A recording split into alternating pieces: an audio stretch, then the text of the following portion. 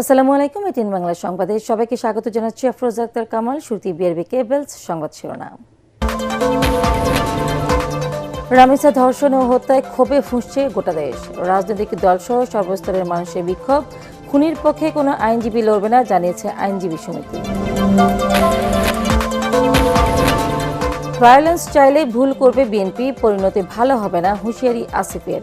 পাটোয়ারির ওপর হামলায় ৮ জনের নামসহ শতাধিক ব্যক্তির বিরুদ্ধে মামলা। সিটি কর্পোরেশনের পরিচ্ছন্ন কর্মীদের ঈদ বোনাস হস্তান্তর। আজ ময়মনসিংহ যাচ্ছেন প্রধানমন্ত্রী। উদ্বোধন করবেন জাতীয় কবি কাজী নজরুলের জন্মজয়ন্তী উৎসব। এবং এবার ঈদ যাত্রা চ্যালেঞ্জিং হলেও স্বস্তির হবে সেতুমন্ত্রীর প্রতিশ্রুতি।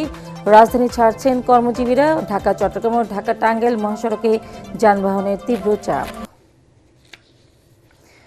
শুনছিলেন বিআরবি কেবলস সংবাদ শিরোনাম। এছাড়াও থাকছে ঈদুল আজহায় প্রেক্ষাগৃহে মুক্তি পাচ্ছে অফিসার সিনেমা।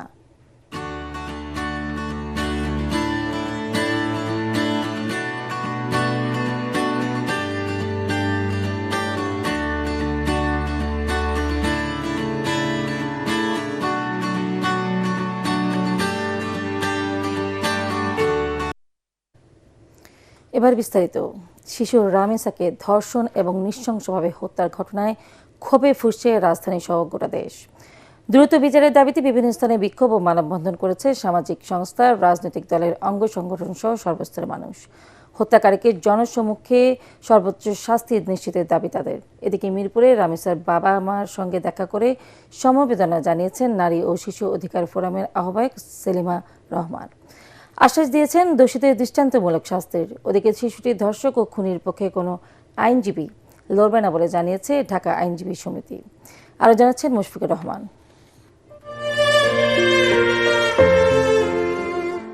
মিরপুরের পল্লবীতে ৮ বছরের শিশু রামিসাকে ধর্ষণ এবং নৃশংসভাবে গলা কেটে হত্যার ঘটনায় ক্ষোভে ফুঁসছে রাজধানী সহ গোটা দেশ। জুমা নামাজের পর জাতীয় মসজিদ বাইতুল মুকাররম থেকে রামিসা হত্যার বিচারের দাবিতে বিক্ষোভ করে সাধারণ মুসল্লিরা। আমরা জন্মের পরে কখনো দেখিনি যে দেশে কখনো ধর্ষণ থেমেছে। তাহলে আইন দিয়ে আমাদের কি লাভ? এই মৃত্যুদণ্ড অনুমোদন হওয়ার পর 2 দিনের মধ্যে এই মৃত্যুদণ্ড কার্যকর করতে হবে। পল্লবীতে শিশু রামিসার বাসার সামনে বিক্ষোভ ও মানববন্ধন করেছে তার সহপাঠী এবং এলাকাবাসী। ভবিষ্যতে যেন আর কোনো শিশু এমন ঘটনার শিকার না হয়, সেজন্য হত্যাকারীর সর্বোচ্চ শাস্তির দাবি জানান তারা। এদিকে শিশু রামিসার ধর্ষণ ও নৃশংস হত্যাকাণ্ড সহ চলমান নারী ও শিশুদের প্রতি সহিংসতার প্রতিবাদে মানববন্ধন করে 7 দফা দাবি তুলে ধরে ঢাকা মহানগরী দক্ষিণ ইসলামী ছাত্রী সংস্থা।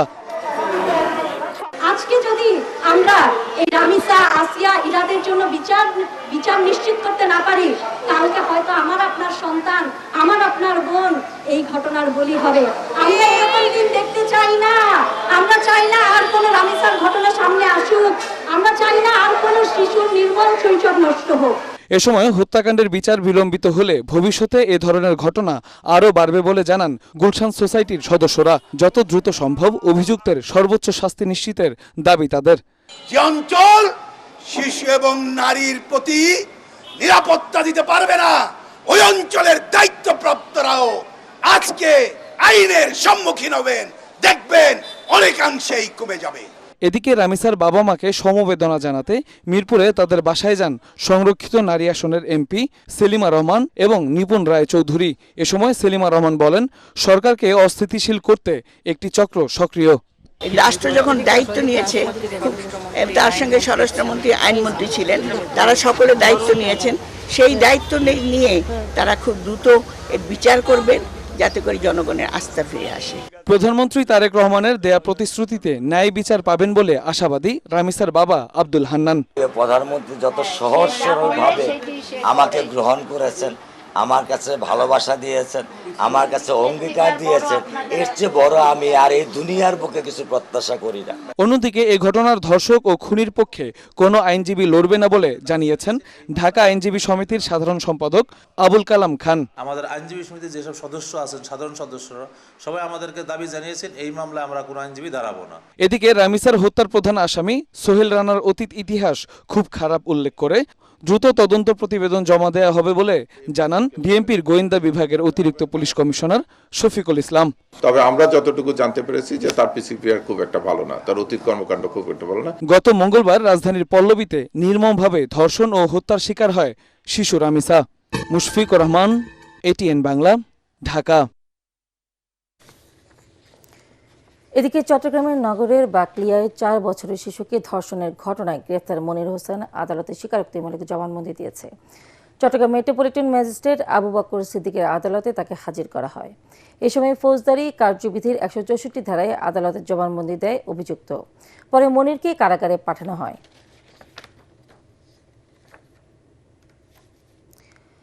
ফ্যাসিস্ট আওয়ামী লীগ সরকার যেই ভুল করেছিল সেই ভুল প্রধানমন্ত্রী তারেক রহমান করবেন না বলে মন্তব্য করেছেন এনসিপি মুখপাত্র আসিফ মাহমুদ। শুক্রবার প্রেস ক্লাবে এনসিপিতে বিভিন্ন দল থেকে নেতাকর্মীর যোগদান উপলক্ষে তিনি বলেন, দেশ জুড়ে আইন শৃঙ্খলার চূড়ান্ত অবনতি হয়েছে। এই ব্যর্থতা বর্তমান সরকারের। আসিফ আরও বলেন, সরকারের ভায়োলেন্স চাইলে তার পরিণতি ভালো হবে না। কারণ কোনো একটি দল বা সংগঠন নয়, বিএনপিকে পুরো একটি জেনারেশনের সঙ্গে মোকাবেলা করতে হতে পারে।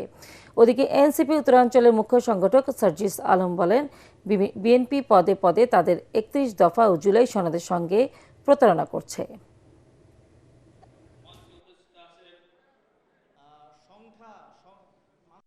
যদি সরকারি দল ভায়োলেন্স চায়, যদি তারা সেটাকেই একমাত্র রাজনৈতিক হাতিয়ার হিসেবে নিতে চায়, তাহলে এটা যে আমাদের থেকে বেশি কেউ পারবে না, এটা 2024 সালের গণঅভ্যুত্থানে আমরা দেখিয়ে দিয়েছি। এবং আমাদের সাথে যদি এটা করতে চান, এই ফাইটটা কোনো রাজনৈতিক দল, কোনো নির্দিষ্ট আদর্শের সাথে হবে না। এই ফাইটটা হবে পুরো একটা জেনারেশনের সাথে। এবং এই জেনারেশনের সাথে ফাইট করার ভুলটা শেখ হাসিনা করেছিল, আশা করি এই ভুলটা তারেক রহমান করবে না। যদি ওই একদিনের শুধুমাত্র ইস্যু ধামা চাপা দেওয়ার খেলা হয়, পরে 6 মাসেও বিচারের কোনো দিশা খুঁজে না পাওয়া যায়, তাহলে এই সহমর্মিতার কার্ড আগামীর বাংলাদেশের জনগণ আর মেনে নিবে না। এদিকে ঝিনাইদহে এনসিপির কেন্দ্রীয় মুখ্য সমন্বয়ক নাসিরউদ্দিন পাটোয়ারীর উপর ডিম নিক্ষেপ ও হামলার ঘটনায় থানায় মামলা হয়েছে। সংগঠনটির কেন্দ্রীয় যুগ্ম সদস্য সচিব তারেক রেজা বাদী হয়ে 8 জনের নামসহ অজ্ঞাত 115 জনের বিরুদ্ধে মামলা করেন।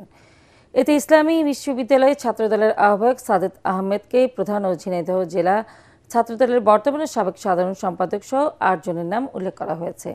মামলায় ঝিনাইদহ শহরে বিক্ষোভ মিছিল বের করে ছাত্রদল ও অঙ্গ সংগঠনের নেতাকর্মীরা। তারা ঝিনাইদহ সদর থানার সামনে বিক্ষোভ শুরু করে, ফলে ভেতরে অবরুদ্ধ হয়ে পড়েন পাটোয়ারী সহ নেতৃবৃন্দ। এক পর্যায়ে থানার গেট খুলে ভেতরে ঢোকার চেষ্টা করে বিক্ষুব্ধরা। পরে জেলা বিএনপির নেতৃবৃন্দ কর্মীদের শান্ত করলে পুলিশ সেই পাহারায় পাটোয়ারী সহ অন্যরা নিরাপদে বেরিয়ে যায়।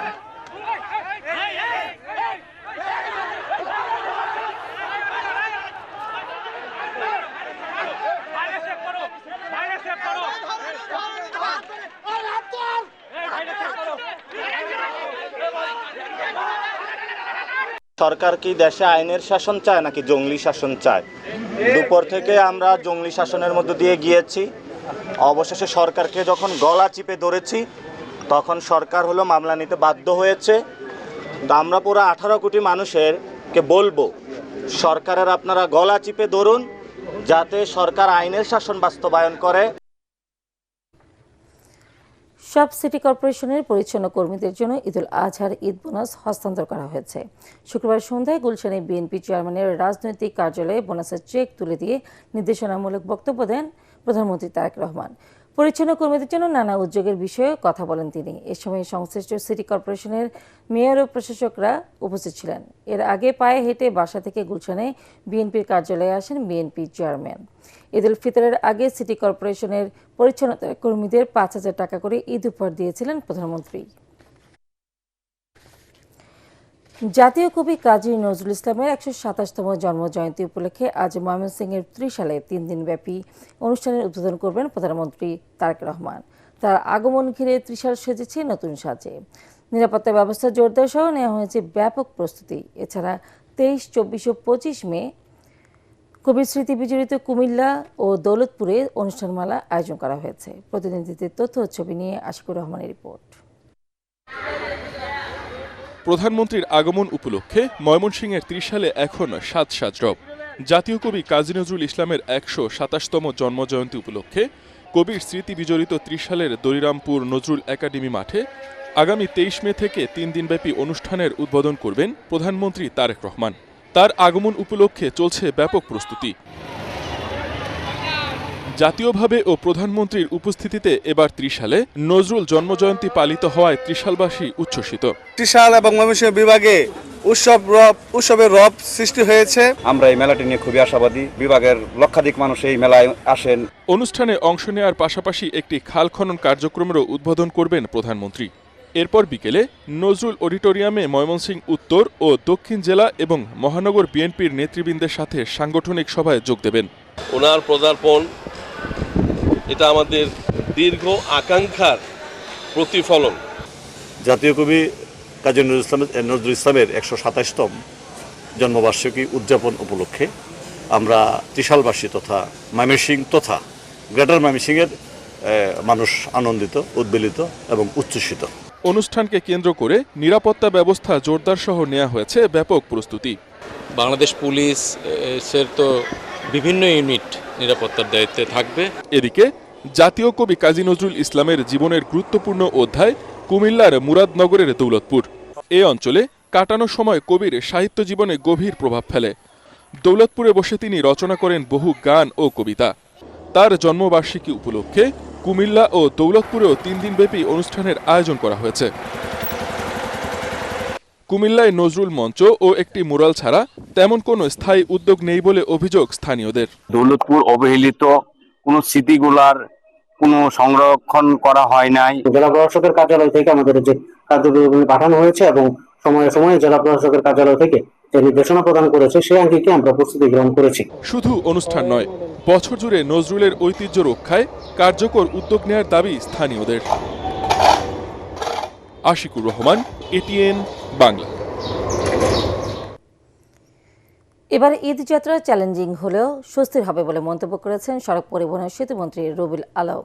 কুমিল্লা জেলা প্রশাসনের উদ্যোগে বিআরটিএ ট্রাস্টি বোর্ড এবং বাংলাদেশ রেলওয়ের আয়োজনে সড়ক দুর্ঘটনায় ক্ষতিগ্রস্ত, নিহত ও আহতদের মাঝে ক্ষতিপূরণের চেক বিতরণে তিনি একথা বলেন। অনুষ্ঠানে সড়ক দুর্ঘটনায় নিহত 86 জন ও আহত 33 জনের পরিবারের মাঝে মোট 4,89,00,000 টাকার ক্ষতিপূরণের চেক বিতরণ করা হয়।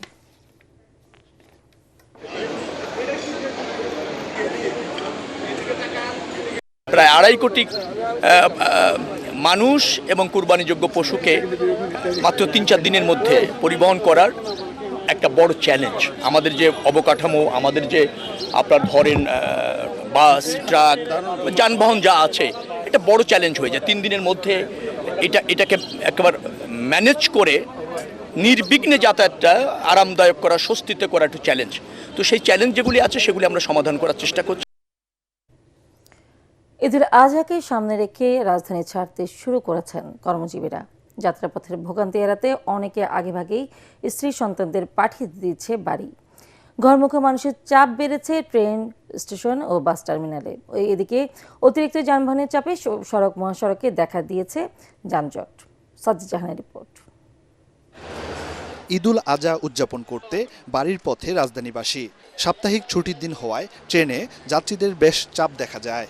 ট্রেনের বিশেষ সার্ভিস শনিবার থেকে শুরু হলেও যাত্রাপথের ভোগান্তি এড়াতে আগেভাগেই বাড়ি ফিরছেন অনেকেই। রাজধানীর কমলাপুর ট্রেন স্টেশনে গিয়ে দেখা যায় অনেকেই স্ত্রী সন্তানদের আগেভাগেই পাঠিয়ে দিচ্ছেন বাড়িতে। এই টাইমটাই আসলে দালালের পরিমাণটা বেড়ে যাচ্ছে। ঈদ উপলক্ষে আমরা তাদের সাথে একটা বিশেষ সম্মিলনের ব্যবস্থা হয়, প্লাস পাশাপাশি আরও বেশি কাছে যাওয়া হয়। প্রায় 4 থেকে 5 মাস পরে যাচ্ছি, তো অনেকদিন পর মা বাবাকে দেখব। আমাদের সর্বোচ্চ চেষ্টা করব যে যাতে যাত্রী, আমরা যাদেরকে টিকিট দিয়েছি তারা যাতে স্বাচ্ছন্দ্যে ভ্রমণ করে নিরাপদে বাড়ি যেতে পারে সেই ব্যবস্থা আমরা করব। এবং শিডিউল বিপর যেটা বলছেন আপনি দেখেন, আজকে কিন্তু 12টা ট্রেন ইতিমধ্যেই কমলাপুর রেল স্টেশন ছেড়ে গেছে এবং সবগুলো ট্রেনই কিন্তু সঠিক সময় ছেড়ে গেছে। এদিকে মানুষের ঈদযাত্রা নির্বিঘ্ন করতে রাজধানীর কলাবাগান এলাকায় বাস কাউন্টারগুলো পরিদর্শনে আসে র্যাবের একটি টিম। র্যাব 2-এর উপ অধিনায়ক নিয়াজ রহমান বলেন, যাত্রী ভোগান্তি দূর করতে অভিযান চলমান থাকবে। যাতে কোনো বিড়ম্বনার শিকার না হতে হয় সেজন্য বরাবরের মতো আমরা র্যাব 2 এবারও 24/7 আমরা মাঠে আছি। তবে অতিরিক্ত যানবাহনের চাপে ঢাকার বাইরে সড়ক মহাসড়কে দেখা দিয়েছে যানজট। ঢাকা টাঙ্গাইল যমুনা সেতু মহাসড়কের 7 কিলোমিটার এলাকায় গাড়ির ধীরগতি সৃষ্টি হয়েছে। রাস্তা তো খুব যানজট, দেখলাম আজকে আসতেছে সব যানজট, এটা দেখতেছে। 14 ঘন্টা লাগছে Dhaka up down, Noakhali Dhaka up down 14 ঘন্টা লাগছে। দাউদকান্দি ওইখান থেকে সেতুরা গোমতী সেতুর আগ থেকে জ্যাম। যাত্রীবাহী যানবাহন ও পশুবাহী ট্রাকের কারণে ঢাকা চট্টগ্রাম মহাসড়কের কুমিল্লা অংশের 105 কিলোমিটার এলাকা জুড়ে সৃষ্টি হয়েছে গাড়ির তীব্র চাপ। বিভিন্ন স্থানে খণ্ড খণ্ড যানজটেরও সৃষ্টি হয়েছে। সাজ্জাদ জাহান, এটিএন বাংলা, ঢাকা। এই মুহূর্তে বিদ্যুতের দাম বাড়ালে নিম্ন ও মধ্যবিত্তরা ভীষণ চাপে পড়বে বলে আশঙ্কা কনজিউমার্স অ্যাসোসিয়েশন অব বাংলাদেশ ক্যাবের। এদিকে সামাজিক সুরক্ষা খাতে ফ্যামিলি কার্ড, অন্যদিকে বিদ্যুতের দাম বৃদ্ধিকে স্ববিরোধী বলে সিদ্ধান্ত বলে মনে করেন সংস্থাটির সভাপতি। অপচয় ও দুর্নীতি রোধের পাশাপাশি প্রকল্পের শৃঙ্খলা আনা গেলে বিদ্যুৎ খাতে সরকারের ভর্তুকি কমে আসবে বলে অভিমত বিশেষজ্ঞদের। মিজান শাহজাহানের রিপোর্ট। 6টি বিদ্যুৎ বিতরণ সংস্থা ইউনিট প্রতি সর্বোচ্চ 29% পর্যন্ত দাম বাড়ানোর প্রস্তাব দিয়েছে। এনার্জি রেগুলেটরি কমিশনে 2 দিনের গণশুনানিতে বিষয়টি নিয়ে পক্ষে বিপক্ষে নানা যুক্তি উপস্থাপন করেন অংশীজনরা। লোকসানের অজুহাত সামনে এনে বিদ্যুৎ বিতরণ সংস্থাগুলো বলছে, দাম না বাড়ালে বড় রকমের ক্ষতির মুখে পড়তে হবে তাদের। তবে কনজিউমার্স অ্যাসোসিয়েশন অব বাংলাদেশ ক্যাবের সভাপতি ASM শফিকুজ্জামান জানান, বিদ্যুৎ কেন্দ্র স্থাপনে 3 বছরের প্রকল্প দ্বিগুণ সময়ও বাস্তবায়ন করতে না পেরে বসিয়ে বসিয়ে ভাড়া দিতে হচ্ছে সরকারকে। এসব কারণে ভর্তুকি দিতে গিয়ে সেই লোকসানের দায় গ্রাহক পর্যায়ে চাপিয়ে দিলে তা হবে সামাজিক নিরাপত্তা বলয়ের পরিপন্থী। আপনি যাকে কৃষক কার্ড দিচ্ছেন অথবা আপনি যে ফ্যামিলি কার্ড দিচ্ছেন, একদিকে আপনি তাদের সোশ্যাল সেফটি নেটের আওতায় ভাতা দিচ্ছেন, কিন্তু তার আবার বিদ্যুতের খরচ বেড়ে যাচ্ছে, তাহলে কিন্তু আপনার কিন্তু এটি হলো আপনার কি বলবো যে দ্বিমুখী আচরণ। গ্যাস সিলিন্ডারের দাম বেড়েছে, এলপিজির দাম বেড়েছে, আমাদের ফুয়েলের দাম বেড়েছে, এরপরে যদি এখন আবার বিদ্যুতের দাম বাড়ানো হয়, এটি বলবো যে আমাদের ভোক্তাদের উপর একটা চরম চাপ তৈরি হবে। কোনোভাবে বিদ্যুতের দাম বাড়ানো ঠিক এই মুহূর্তে সঠিক হবে না। প্রযুক্তি খাতের বিশেষজ্ঞদের মতে, বিদ্যুৎ খাতের অনিয়ম ও অপচয় ঠেকাতে পারলে গ্রাহক পর্যায়ে দাম বাড়ানোর দরকার হবে না, বরং যেটি দরকার তা হলো তদারকি ব্যবস্থা জোরদার আর রাজনৈতিক সদিচ্ছা। বাসাবাড়ি বা অফিসে আমাদের রুমে অনেকভাবেই অপচয় হয় বিদ্যুতের, যেমন এসি, ফ্যান অথবা লাইট। সেখানে আসলে আইওটি সেন্সরের মাধ্যমে এটা ইজিলি সমাধান করা সম্ভব। যেমন কোনো একটা যখন ইউজার রুম থেকে বের হয়ে যাবে, এটা অটোমেটিক্যালি ডিটেক্ট করে সেন্সরের মাধ্যমে এটা বন্ধ হয়ে যাবে পুরো রুমের সব কিছু, এসি থেকে শুরু করে লাইট। এটা একটা পুরো অফিসে হতে পারে। এছাড়াও পুরো বিল্ডিংয়ের একটা এনার্জি মনিটরিং ড্যাশবোর্ডও করা সম্ভব। আমাদের যে ডাটা সেন্টারে অনেক অপ্রয়োজনীয় সার্ভার রান করে রাখে, সেই জায়গাটাতে ভার্চুয়ালাইজেশন এবং কন্টেনারাইজেশন করে হাইটেক যে টেকনোলজি ইন্টিগ্রেট করার মাধ্যমে অপচয় কমিয়ে আনা আসলে সম্ভব হবে। বিদ্যুতের সাথে পুরো উৎপাদন ব্যবস্থা জড়িত। বিশেষজ্ঞরা বলছেন, বিদ্যুতের দাম বাড়লে অন্য সব পণ্যের উপর নেতিবাচক প্রভাব পড়বে, আর সেই অসহনীয় চাপ মূলত সহ্য করতে হবে স্বল্প আয়ের মানুষকে। মিজান শাহজাহান, এটিএন বাংলা, ঢাকা। মুন্সিগঞ্জে পুকুরে গোসল করতে নেমে ডুবে যাওয়া বন্ধুকে বাঁচাতে গিয়ে পানিতে ডুবে 2 বন্ধুর মৃত্যু হয়েছে। মুন্সিগঞ্জ শহরের দেওভোগ এলাকায় এই মর্মান্তিক ঘটনা ঘটে। তারা দুজনেই ঢাকার ব্র্যাক বিশ্ববিদ্যালয়ের শিক্ষার্থী। জানা যায়, ঢাকার 13 জন বন্ধু নিয়ে মুন্সিগঞ্জের গ্রামের বাড়িতে বেড়াতে আসে ব্র্যাক বিশ্ববিদ্যালয়ের শিক্ষার্থী সোপান। দুপুরের খাওয়া দাওয়া শেষে বিকেলে 4:30টার দিকে লাবিব ওয়াদি সোপান ও আজওয়াদ তৌসিফ পুকুরে গোসল করতে নামেন। সাঁতার না জানায় আজওয়াদ পানিতে তলিয়ে যায়। তাকে উদ্ধার করতে গিয়ে সোপানও পানিতে নিখোঁজ হন। স্থানীয়রা তাদের উদ্ধার করে মুন্সিগঞ্জ হাসপাতালে নিয়ে গেলে চিকিৎসক দুজনকে মৃত ঘোষণা করেন। নিহত আজওয়াদ তৌসিফের নামাজে জানাজা আজ বাদ জোহর মিরপুর রূপনগর আবাসিক এলাকার হাউজিং মসজিদে অনুষ্ঠিত হবে। পরে তাকে দাফন করা হবে বনানী কবরস্থানে।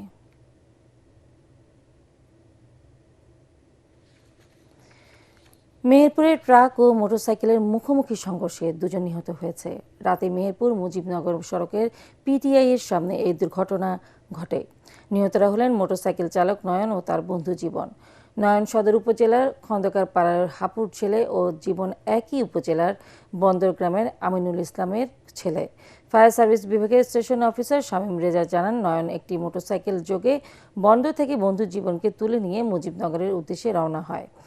মোটরসাইকেলটি পিটিআই এর সামনে পৌঁছলে পিছন থেকে একটি ট্রাক তাদের অতিক্রম করছিল। এ সময় বিপরীত দিক থেকে আসা একটি ট্রাকের সাথে মোটরসাইকেলের মুখোমুখি সংঘর্ষ হয়। এতে ঘটনাস্থলে নিহত হয় নয়ন। গুরুতর আহত অবস্থায় জীবনকে নেওয়া হয় মেহেরপুর জেনারেল হাসপাতালে। সেখানে কর্তব্যরত চিকিৎসক জীবনকেও মৃত ঘোষণা করেন।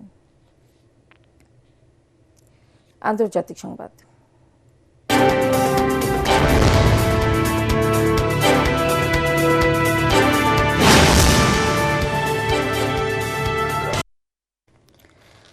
আপাতত তাইওয়ানের কাছে $1,400 কোটি অস্ত্র বিক্রি বন্ধ রেখেছে যুক্তরাষ্ট্র।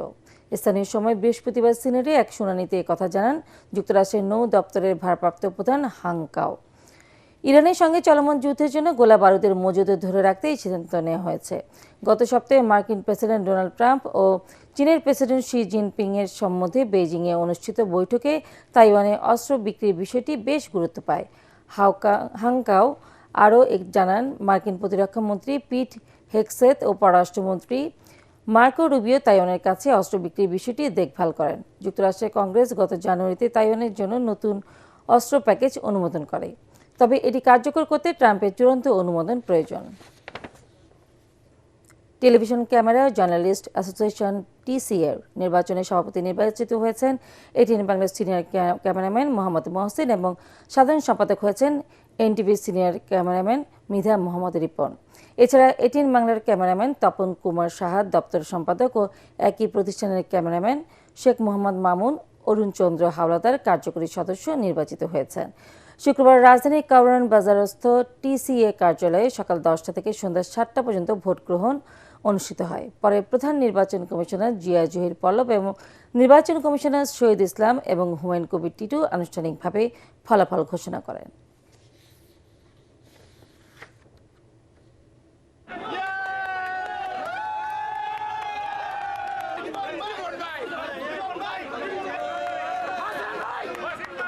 এবার খেলার খবর।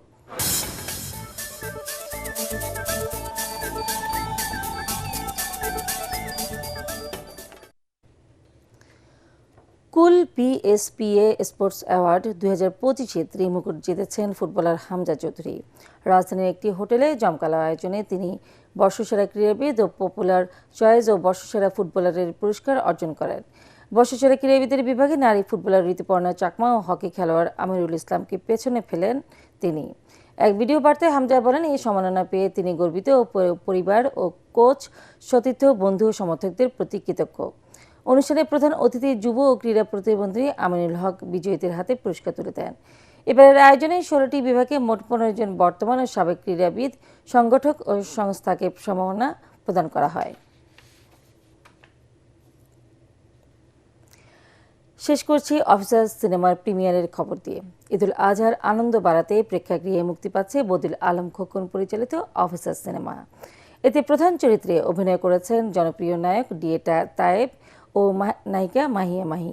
শুক্রবার রাতে এক প্রিমিয়ার শোতে এ সিনেমার প্রযোজনা সংস্থা SG প্রোডাকশন জানায়, অফিসার সিনেমা দর্শকদের ঈদের আনন্দ কয়েক গুণ বাড়িয়ে দেবে। বিস্তারিত জানাচ্ছেন জাইদুল আলম। পাত্র পারবো এই পুলিশ ডিপার্টমেন্টের ভাবমূর্তিকে উজ্জ্বল করতে। ঈদ উৎসব মানেই এখন প্রেক্ষাগৃহে চিত্রনায়ক DA তায়েবের নতুন সিনেমা। ঢাকাই ছবির এই শীর্ষ নায়কের সিনেমা মানেই ভক্তদের মাঝে উৎসবের আমেজ। ঈদকে ঘিরে দর্শকদের জন্য বিশেষ আয়োজন হিসেবে সারা দেশের প্রেক্ষাগৃহে মুক্তি পাচ্ছে অফিসার। ইতোমধ্যে সামাজিক যোগাযোগ মাধ্যমে শুরু হয়েছে সিনেমাটির প্রচারণা। অ্যাকশনধর্মী এই সিনেমায় মাহিয়া মাহি ও DA তায়েবকে নতুনভাবে দেখা যাবে বলে জানিয়েছেন নির্মাতা বদিউল আলম খোকন। পুলিশ যে মানুষের পাশে সার্বক্ষণিক থাকে এবং বন্ধু হয়ে থাকতে চায়, সেটাই আমি যখন অনুভব করেছি তখন আমার কাছে মনে হয়েছে যে আমার প্রযোজনা সংস্থা থেকে আমি পুলিশ সংস্থাকে নিয়ে আমি একটা অফিসার মুভি বানাবো। এই জন্যই আমার এই উদ্যোগ। যারা এই ক্যাটাগরির মুভি পছন্দ করেন তারা যখন যাবেন তাহলে ঈদ ফেস্টিভিটি কাজ করবে। এই যে চারিদিকে অবক্ষয় এত বেশি ঘিরে ধরেছে, সেইখানে আজকে এই ধরনের একটি ছবির প্রয়োজন আছে। আমাদেরই উচিত বাংলা সিনেমাকে বাঁচিয়ে রাখা, বিকজ আমরা যদি না বাঁচাই আমার মনে হয় যে আর কে বাঁচাবে। আমি শুভকামনা জানাচ্ছি, সবাই হলে গিয়ে অবশ্যই দেখবেন। এ সময় নায়ক জিয়া তায়েব জানান, ঈদের দর্শকদের জন্য ভিন্নধর্মী একটি গল্প নিয়ে আসছে অফিসার। তিনি আশাবাদী সিনেমাটি দর্শকদের ভালো লাগবে এবং প্রেক্ষাগৃহে সাড়া ফেলবে। গল্প ভালো, লোকেশন ভালো, সবকিছু মিলে একটা এ গ্রেডের সিনেমা বলে আমি দাবি করছি। আমি কারোর কম্পিটিটর নয়, আমি নিজের কম্পিটিটর, এবং অন্যদের সিনেমা ভালো হোক সেগুলো আমি দেখব, কিন্তু আমার সিনেমা আমি আমার জায়গায় করে রেখেছি। কমার্শিয়াল ছবি বেশি বেশি করে হোক, এবং আপনারা যেভাবে সবসময় সহযোগিতা করেন আমার মিডিয়া প্রত্যেকটা ভাই ব্রাদাররা এভাবে সহযোগিতা করে যাবেন। এই সিনেমার চিত্রনাট্য লিখেছেন দেবাশিস সরকার, চিত্রগ্রহণ করেছেন আসাদুজ্জামান মজনু, রূপসজ্জা রয়েছেন জামাল ও শামীম রেজা। এবারের ঈদেও সিনেমা নিয়ে প্রেক্ষাগৃহগুলো জমজমাট থাকবে, এটাই প্রত্যাশা সিনেমা প্রেমীদের। আলোচিত অফিসার সিনেমা দেশের বাইরেও মুক্তি পাবে বলে জানান আয়োজকরা। জাহিদুল আলম, এটিএন বাংলা, ঢাকা। শেষ করার আগে বিআরবি কেবলস সংবাদ শিরোনাম আরো একবার। রামেসা ধর্ষণ ও হত্যায় ক্ষোভে ফুঁসছে গোটা দেশ। রাজনৈতিক দলসহ সর্বস্তরের মানুষের বিক্ষোভ। খুনির পক্ষে কোনো আইনজীবী লড়বে না, জানিয়েছে আইনজীবী সমিতি। ভায়োলেন্স চাইলেই ভুল করবে বিএনপি, পরিণতি ভালো হবে না, হুঁশিয়ারি আসিফের। পাটারির উপর হামলায় 8 জনের নামসহ শতাধিক ব্যক্তির বিরুদ্ধে মামলা। সিটি কর্পোরেশনের পরিচ্ছন্ন কর্মীদের ঈদ বোনাস হস্তান্তর। আজ ময়মনসিংহ যাচ্ছেন প্রধানমন্ত্রী। উদ্বোধন করবেন জাতীয় কবি কাজী নজরুলের জন্মজয়ন্তী উৎসব।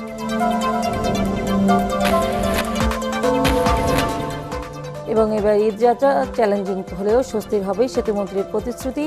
রাজধানী ছাড়ছেন কর্মজীবীরা। ঢাকা চট্টগ্রাম ও ঢাকা টাঙ্গাইল মহাসড়কে যানবাহনের তীব্র চাপ। পরবর্তী সংবাদ দেখার আমন্ত্রণ জানিয়ে এখনকার মতো শেষ করছি। এটিএন বাংলা সংবাদ ইউটিউবে দেখতে ব্রাউজ করুন YouTube/এটিএন বাংলা নিউজ। ধন্যবাদ সবাইকে।